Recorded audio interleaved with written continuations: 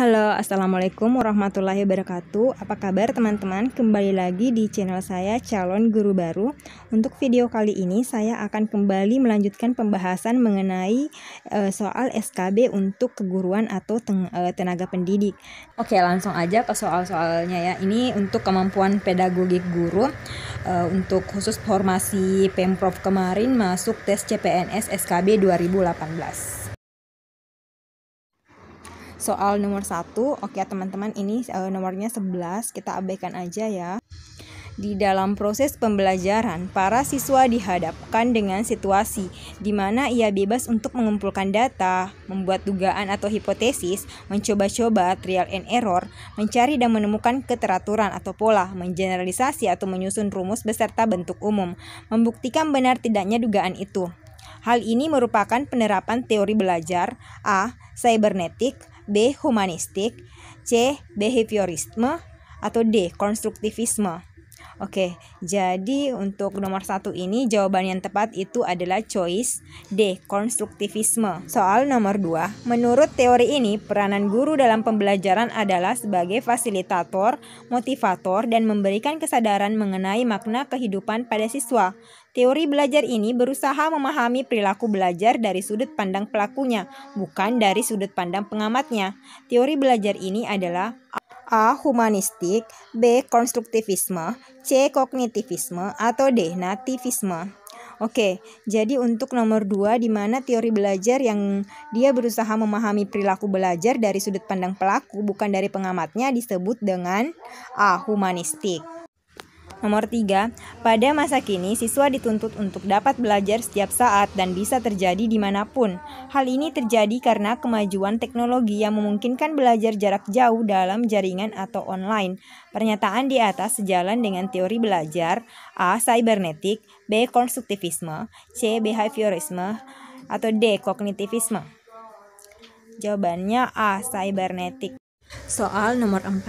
Pendapat yang menyatakan bahwa pengetahuan atau pengalaman yang baru dapat terkait dengan pengetahuan yang lama yang sudah ada di dalam struktur kognitif seseorang adalah teori belajar A. Behaviorisme, B. Konstruktivisme, C. Kognitivisme, atau D. Cybernetik.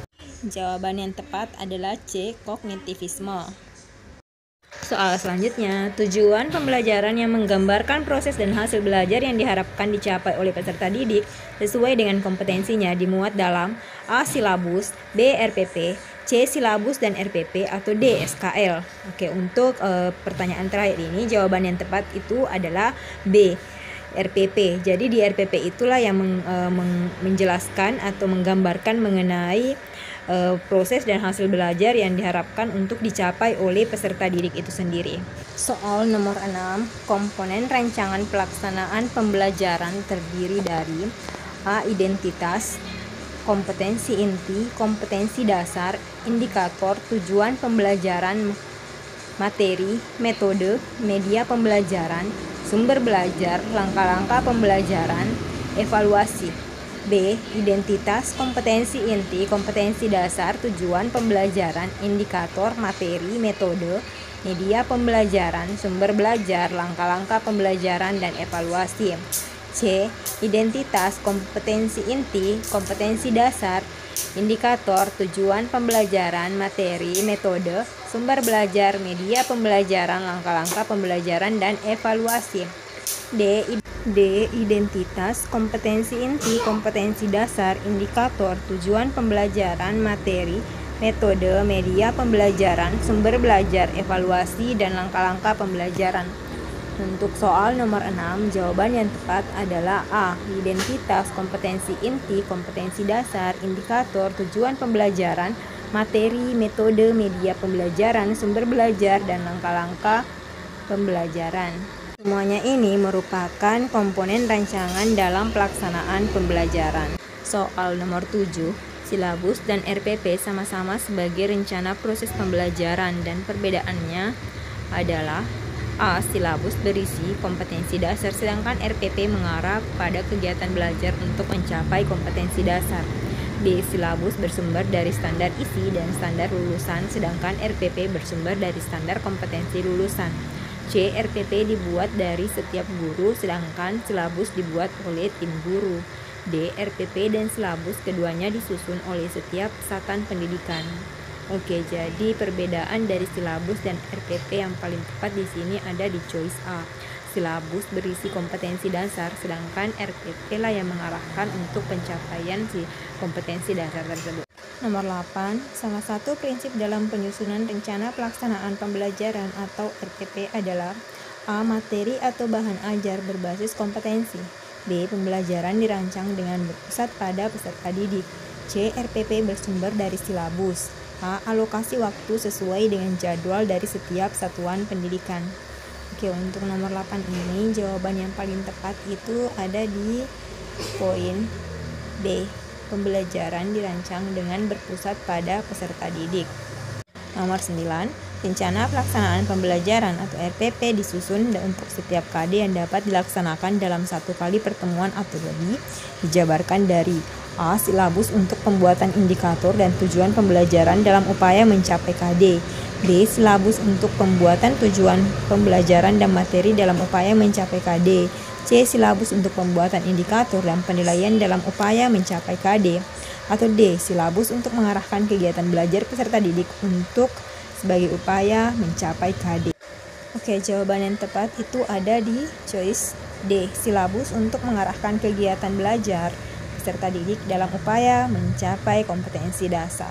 Beberapa komponen dari RPP dalam mata pelajaran Bahasa Indonesia adalah sebagai berikut. 1. Kompetensi dasar, mengenal kegiatan bermusyawarah. 2. Indikator, berupa menyebutkan 2 ciri kegiatan bermusyawarah.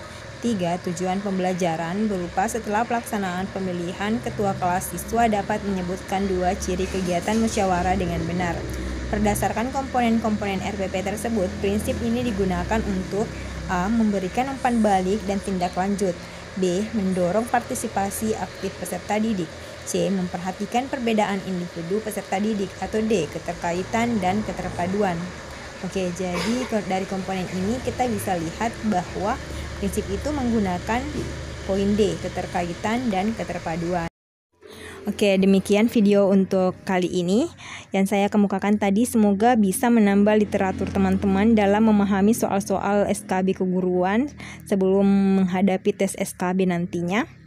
Jadi yang saya kemukakan tadi adalah soal-soal pedagogik, pasti teman-teman sudah paham dan itu sesuai dengan pengalaman teman-teman yang sudah tes di CPNS 2018 kemarin, bahwa 30% dari soal yang keluar itu adalah soal pedagogik guru, sedangkan 70%-nya itu adalah materi atau pembelajaran yang sesuai dengan mata pelajaran yang diajarkan oleh teman-teman sekalian. Oke, sekian dan terima kasih sudah menonton. Assalamualaikum warahmatullahi wabarakatuh.